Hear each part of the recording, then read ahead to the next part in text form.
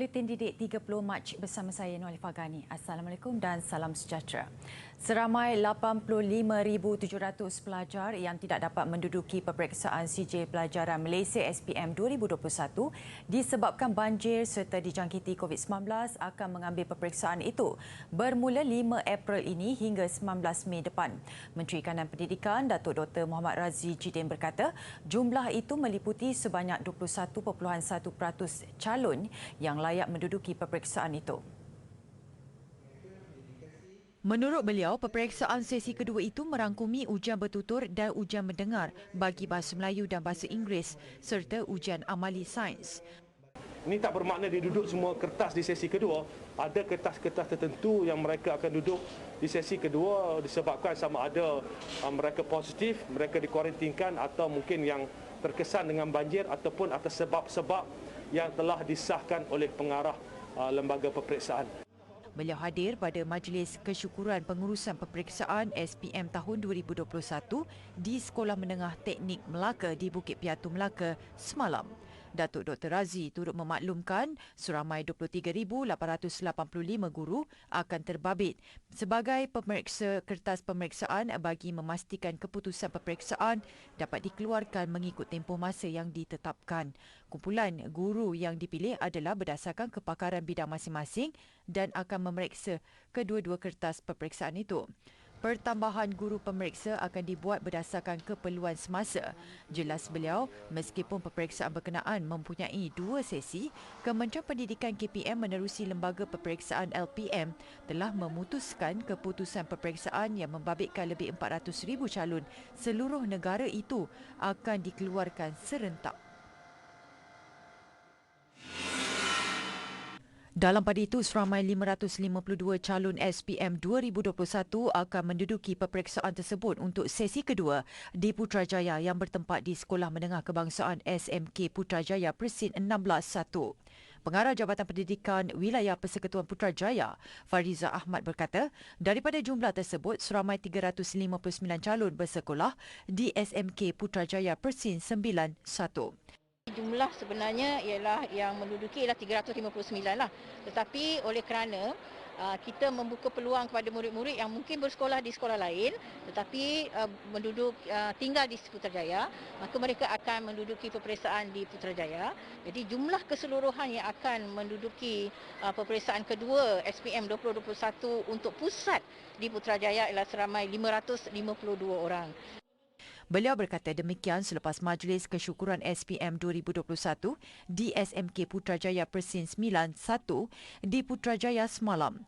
Mengulas lanjut tentang persediaan menjelang sesi kedua ini, Farizah menjelaskan ia sama seperti sesi pertama dan diharap segala proses berjalan lancar.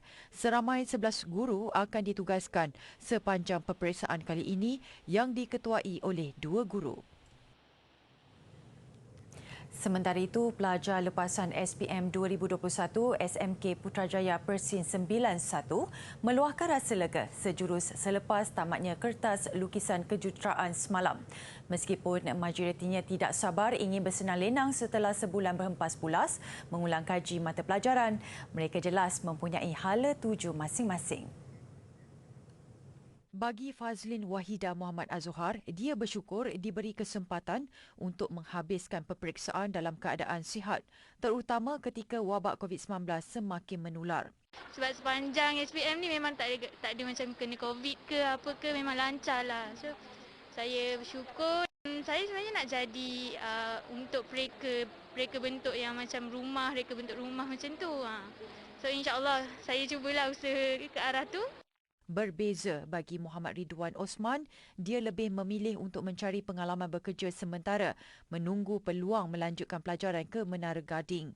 Saya ada bersetuju dengan seorang kawan saya sebab kita minat animation. So kita dah buat plan awal nak masuk college yang ada animation. Tapi setakat ni kita just nak fokus kerja. So kita dapat offer kerja sekali. So itu boleh jadi sekali pengalaman lah, boleh kerja sekali. Sama juga seperti Ain Sofia Muhammad Ajib yang sudah mempunyai perancangan tersendiri, antaranya mengambil lesen memandu dan belajar bahasa ketiga. Lepas ni saya akan belajar memandu dengan mak saya. Lepas tu saya akan belajar dari segi bahasa, hati dan seni.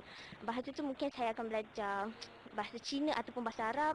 Hati tu saya akan join mak saya. Dia ada buat kursus hati untuk tenangkan jiwa macam tu. So agar saya dapat lebih kuat untuk saya menempuh cabaran nanti. Masuk U ke kerja. Lepas tu seni nanti saya minat melukis. So lepas SPM ni saya dapat buat apa yang saya suka, hobi saya melukis. Bercita-cita ingin menjadi seorang pelukis, Ain Sofia merancang untuk mengambil kursus seni di peringkat universiti kelak. Di Johor, Ketua Penolong Pengarah Pendidikan Johor Muhammad Rosli Muhammad Osman berkata seramai 11,176 calon akan menduduki peperiksaan SPM 2021 sesi kedua. Selepas ini pada bulan April nanti kita akan bertemu semula dengan SPM 2021 untuk SPM 2021 sesi kedua, yang mana tempoh tersebut kita memberi peluang kepada calon-calon yang terkesan daripada COVID dan juga banjir untuk mereka menduduki semula peperiksaan SPM ini.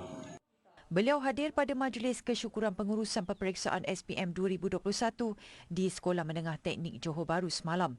Muhammad Izul Hafiz Zulkifli antara calon SPM 2021 yang akan mengambil peperiksaan untuk pada sesi kedua nanti. Cabaran utama saya adalah dalam menghampiri minggu exam tu, asrama kami dilanda dengan penularan wabak COVID-19 dan semua pelajar dari setengahnya ada yang terlibat lah. So itu merupakan antara cabaran utama saya sebab tertangguh exam kan, kita akan ambil dekat bulan 5 nanti. So itu adalah cabaran utama saya lah sebab nak ulang kaji balik semua tu. Calon diingatkan untuk merujuk portal lembaga peperiksaan bagi memuat turun penyataan, pendaftaran peperiksaan dan jadual peperiksaan yang dikeluarkan pada 1 April ini.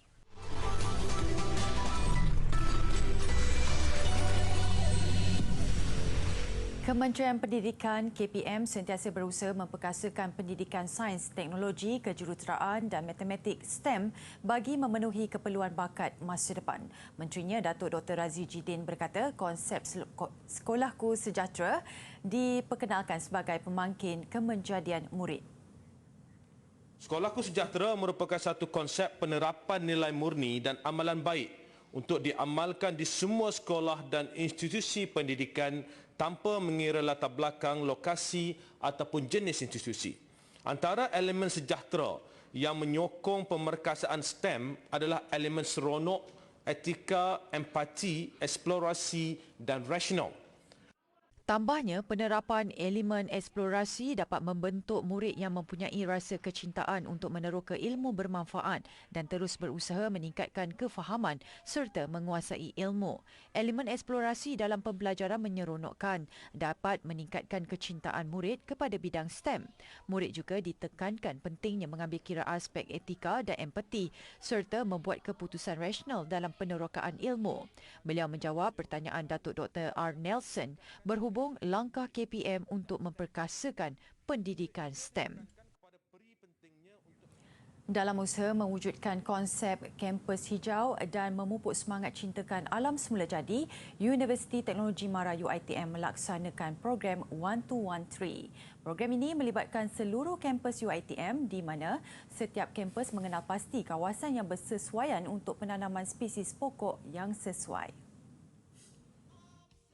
Program penanaman pokok ini bagi menggantikan pokok yang tua dan menghijaukan kawasan di dalam UiTM. Ia juga selari dengan kempen penanaman 100 juta pokok di bawah Kementerian Tenaga dan Sumber Asli. Pelaksanaan kempen ini selaras dengan objektif utamanya iaitu menangani perubahan iklim serta kesannya dengan mengawal pengeluaran gas rumah hijau dan menggalakkan pembangunan tenaga boleh diperbaharui. Kita mahu pertumbuhan pokok juga sebagaimana pertumbuhan yang amat rapid kampus-kampus UiTM di seluruh negara ini. Sekali lagi kesediaan UiTM menyahut cabaran agenda peringkat kebangsaan ini adalah manifestasi komitmen satu institusi pendidikan yang unggul dalam memastikan seluruh warga universiti turut mempunyai semangat kebertanggungjawab ataupun sense of responsibility kepada pengekalan sumber asli negara tercinta ini.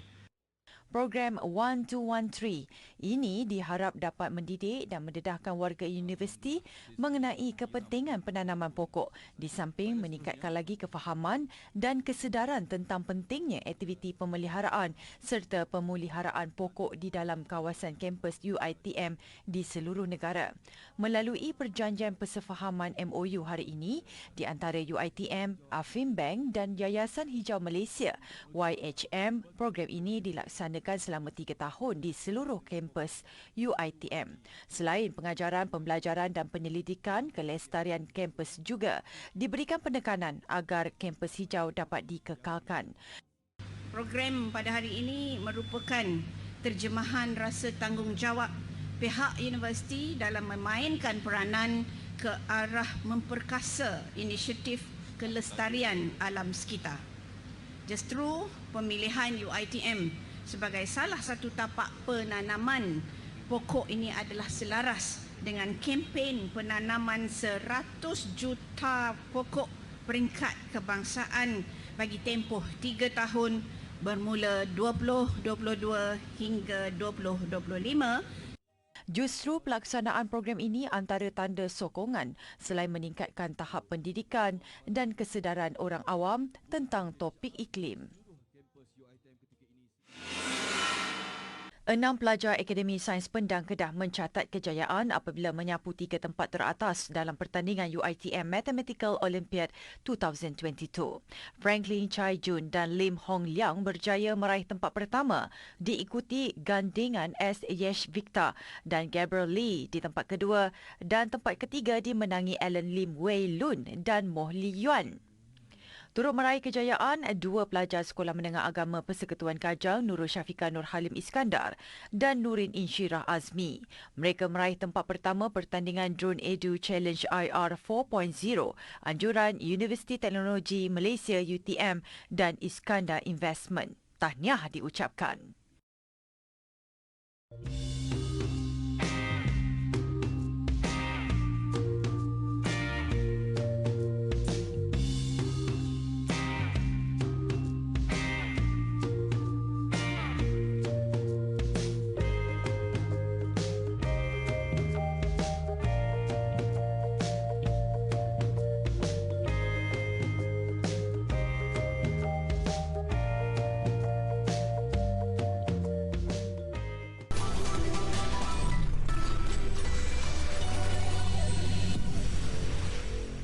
Bagi memupuk budaya membaca di kalangan anak-anak orang asli, sebuah badan bukan kerajaan menyediakan perpustakaan mini di Kampung Orang Asli Sungai Perah, Perak. Bukan sahaja dilengkapi buku pembelajaran, pelbagai bahan bacaan yang bersesuaian dengan peringkat umur kanak-kanak dan remaja juga disediakan. Menurut pengasas Family of Charity, Datin Sharifah Alatas, perpustakaan mini itu disediakan di ruang kecil di dalam surau kampung tersebut. Untuk menuntut ilmu dan juga belajar harian lah di hari-hari untuk mengguna sebab ada untuk untuk membaca dan juga menuntut ilmu di sini seharian. Saya dipaham mereka juga tidak boleh membaca. Jadi Cikgu Sharifah pengurusi di sini dan juga guru besar di sini, dia yang olahkan sekolah ini dan untuk mengajar di sini bersama cikgu-cikgu orang asli. Meskipun ia dibina di dalam surau, penggunaan perpustakaan mini tersebut terbuka kepada semua golongan tidak mengira agama. Perpustakaan ini juga terletak berhampiran tadika kemas yang pastinya dapat memudahkan murid prasekolah tersebut menggunakan kemudahan itu. Perpustakaan yang dinamakan Perpustakaan Mini Cahaya Ilmu ini juga mendapat kerjasama Lembaga Penduduk dan Pembangunan Keluarga Negara LPPKN. Pihak LPPKN turut melantik 2 remaja daripada kalangan orang asli sebagai pengawas perpustakaan yang akan membantu menguruskan perpustakaan tersebut. Selain buku-buku, ia juga dilengkapi 15 naskah Al-Quran Sumbangan Pertubuhan Pembangunan Kerohanian Insaniah Malaysia (PEKIM) yang digunakan untuk mengajar 30 orang asli beragama Islam di kampung tersebut. Ketika dunia dilanda wabak COVID-19, pengorbanan pasukan kesihatan dan perubatan sebagai petugas barisan hadapan sememangnya tidak boleh diperkecilkan. Sekalipun terdedah secara langsung dengan bahaya COVID-19, mereka terus menjalankan tanggungjawab dengan penuh dedikasi dan profesional merawat pesakit. Sempena Hari Doktor Sedunia, wartawan Miza Syafiza Muhammad Fuad mendalami kerjaya dan cerita di balik tabir seorang pegawai perubatan di Klinik Kesihatan Datuk Keramat. Bercerita tentang tanggungjawab yang digalas sebagai seorang doktor, perbezaan yang begitu ketara dialami sebelum dan selepas COVID-19 melanda negara. Antaranya ialah pakaian perlindungan yang diperlukan sebelum merawat pesakit, terutama ketika kecemasan. Menurut Dr. Amanda Ellie, pemakaian peralatan perlindungan peribadi PPE adalah wajib bagi mengelak daripada mereka dijangkiti berbanding daripada hanya perlu memakai sarung tangan dan pelitup muka sebelumnya. Kita tak boleh nak main terjah je. Sebab bila kita jumpa dengan pesakit, kita kena protect diri kita supaya kita boleh protect orang-orang di rumah juga. Daripada segi peranan saya sendiri sebagai seorang doktor dekat klinik kesihatan, di zaman COVID ni dia sangat fleksibel. Kita tak boleh nak berkira kerja, berkira masa. Tugas hakiki semestinya dekat klinik kesihatan, tetapi kita harus keluar lah kan. Saya rasa dalam masa 2 tahun ni sejak Mac 2020 ni memang ialah pusat kuarantin COVID, bilik gerakan COVID, COVID Assessment Center. In fact, alhamdulillah saya boleh katakan yang saya bersama rakan-rakan seperjuangan, pakar-pakar, ketua pegawai daerah dengan jayanya lah kita sama-sama teamwork untuk membuka COVID Assessment Center Titi Wangsa, and that was a huge CEC lah untuk Kuala Lumpur. Kerana kemasukan pesakit yang meningkat mendadak, ia juga mencabar para doktor terutama menangani tekanan emosi dan mental. Jelas Dr. Amanda, doktor juga manusia biasa dan tidak dapat lari memikirkan kebarangkalian mereka membawa penyakit atau virus tersebut pulang ke rumah sekaligus menjangkiti ahli keluarga. Justeru, mewakili pegawai perubatan, Dr. Amanda yang lebih dikenali sebagai Dr. Unicorn berharap agar masyarakat dapat memahami tugas seorang doktor yang lebih berisiko tinggi pada masa sama bekerjasama ke arah mencegah penyakit. Dan kita sekarang ni sudah slowly masuk ke zaman endemik kan, mula 1 April ni lah nak tak nak kan. Jadi saya as Dr. Unicorn menyarankan kepada seluruh rakyat Malaysia, tak kira mana-mana peringkat umur, untuk menjalankan saringan pemeriksaan kesihatan awal kan. Tak semestinya bila kita ada penyakit je, baru nak pergi hospital, baru nak pergi klinik kan.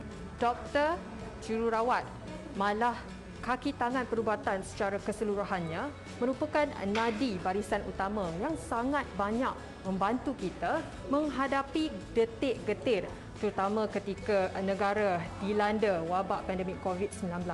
Pengorbanan mereka sangatlah dihargai. Ketahuilah bahawa jasa kalian tidak terbalas. Terima kasih semua. Selamat menyambut Hari Doktor Sedunia. Laporan Miza Syafiza, Muhammad Fuad. Tahukah adik-adik, dinasti Uthmaniyah adalah dinasti yang paling lama memerintah dalam dunia Islam, iaitu dari abad ke-13 hingga ke abad 20. Artifak hari ini merupakan barangan Iznik. Iznik diambil daripada nama sebuah bandar di Turki. Bandar yang banyak menghasilkan hasil-hasil karya tembikar yang berkualiti tinggi pada pemerintahan dinasti Uthmaniyah. Barangan seramik Iznik merupakan barangan yang paling cantik kerana ia menghasilkan kesenian Islam yang berwarna-warni. Dan corak yang terdapat pada tembikar Iznik merupakan gabungan corak tradisional Uthmaniyah dan unsur seramik biru putih negara Cina. Barangan yang dihasilkan pula merangkumi set makanan seperti pinggan dan mangkuk, jak serta cawan minuman. Tidak seperti seni perhiasan Islam yang lain, hiasan seramik Iznik lebih tertumpu kepada bunga-bungaan yang berwarna terang berbanding kaligrafi. Antara motif yang menjadi pilihan adalah tulip dan teluki. Dan zaman kegemilangan barangan seramik ini adalah pada waktu pemerintahan Sultan Sulaiman dari 1494 sehingga 1566 Masihi. Dinasti Uthmaniyah telah memainkan peranan yang sangat penting dalam memperkenalkan satu seni Islam yang sangat disegani di Barat.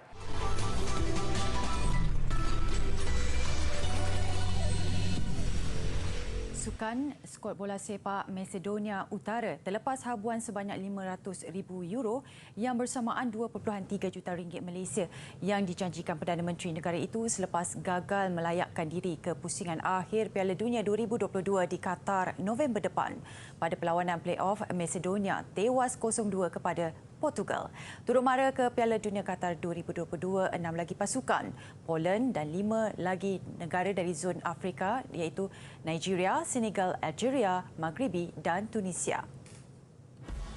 Sementara itu, dalam kelayakan Piala Dunia bagi zon Asia, Emirat Arab Bersatu UAE terus menyalakan peluang untuk kepusingan akhir selepas menamatkan saingan kumpulan A di tangga ketiga dengan 12 mata. UAE mengejutkan Korea Selatan menerusi kemenangan 1-0 hasil jaringan tunggal Harib Abdallah Suhail pada minit ke-53. Kemenangan ini membolehkan UAE menentang Australia pada perlawanan play-off 7 Jun nanti dan pemenang akan beraksi pada perlawanan play-off terakhir berdepan wakil dari Amerika Syarikat, Peru. Berbeza nasib yang menimpa Iraq. Impian untuk sekurang-kurangnya layak ke play-off tidak kesampaian selepas terikat 1-1 menentang Syria pada aksi terakhir kumpulan A.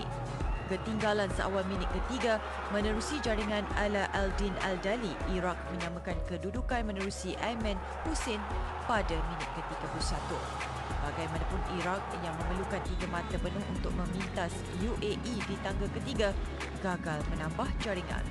Keputusan 1-1 meletakkan Iraq di tangga keempat dengan 9 mata. Daripada 12 pasukan yang berentak pada pusingan terakhir kelayakan Piala Dunia Zon Asia, Vietnam satu-satunya wakil Asia Tenggara yang bersaing. Meskipun tercorot selepas menamatkan kempen kumpulan B, kemampuan mengikat Jepun di arena lawan pada perlawanan terakhir kumpulan sesuatu yang boleh dibanggakan. Bertandang ke Saitama, Jepun, Vietnam mengejutkan tuan rumah apabila didepan menerusi tandukan Nguyen Tan Binh pada minit ke-19. Selepas rehat, Jepun mula menggandakan asalkan memburu gol penyamaan. Usaha mereka berhasil menerusi jaringan ketua pasukan Maya Yoshida 9 minit selepas perlawanan berlangsung.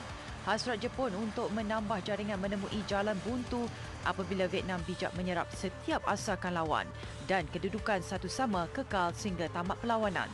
Keseluruhannya, Vietnam berjaya merakam 1 kemenangan dan sekali seri selepas mengharungi 10 perlawanan. Kemampuan Vietnam mengikat Jepun memberi laluan buat Arab Saudi muncul juara kumpulan B.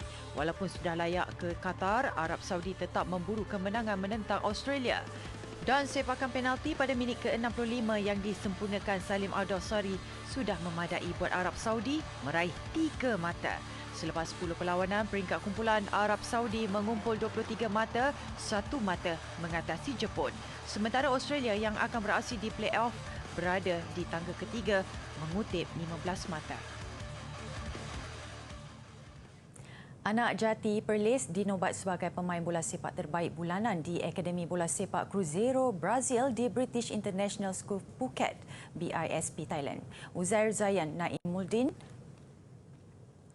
13 tahun menerima anugerah sulung itu selepas hampir 8 bulan menimba ilmu di Akademi Bola tersebut. Kabar gembira itu dikongsikan bapa Uzair, Naimuddin Harun, yang meluahkan rasa syukur dan bangga dengan pencapaian anak keduanya itu. Menurut beliau, email penghargaan yang dihantar kepadanya menyatakan kriteria yang melayakkan Uzair menerima anugerah pemain bola sepak terbaik bulanan. Hasil komitmen, usaha keras, ketahanan selain dedikasi Uzair sepanjang berada di sana. Anugerah itu diterima Uzair dalam satu majlis pada 4 Mac lepas yang berlangsung di Akademi Cruzeiro Brazil di BISP Thailand. Lebih membanggakan, Uzair turut cemerlang dalam subjek bahasa Sepanyol dan penghargaan itu diterimanya pada Disember tahun lalu. Uzair Zayan merupakan bekas murid sekolah kebangsaan SK Seri Tunjung di Berseri Perlis yang diserap di bawah program High Performance Team. Dia menerima beasiswa sukan berjumlah RM120,000 di bawah kendalian Akademi Bola Sepak itu dan mendaftar masuk pada Ogos tahun lalu. Sedotan menarik filem sequel Top Gun Maverick lakonan Tom Cruise mengakhiri buletin didik malam ini. Ia bakal ditayangkan di Pawagam Mei depan. Saya Nolifah Ghani. Assalamualaikum. 3, 2, 1.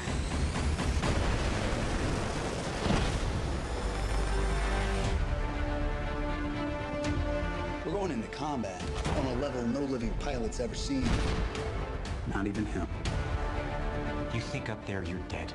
Believe me.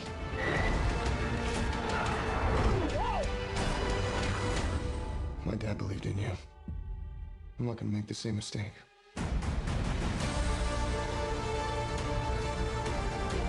Someone's not coming back from this. Those are your pilots. Anything happens to them.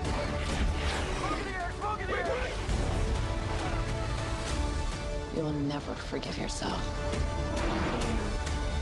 No turning back now.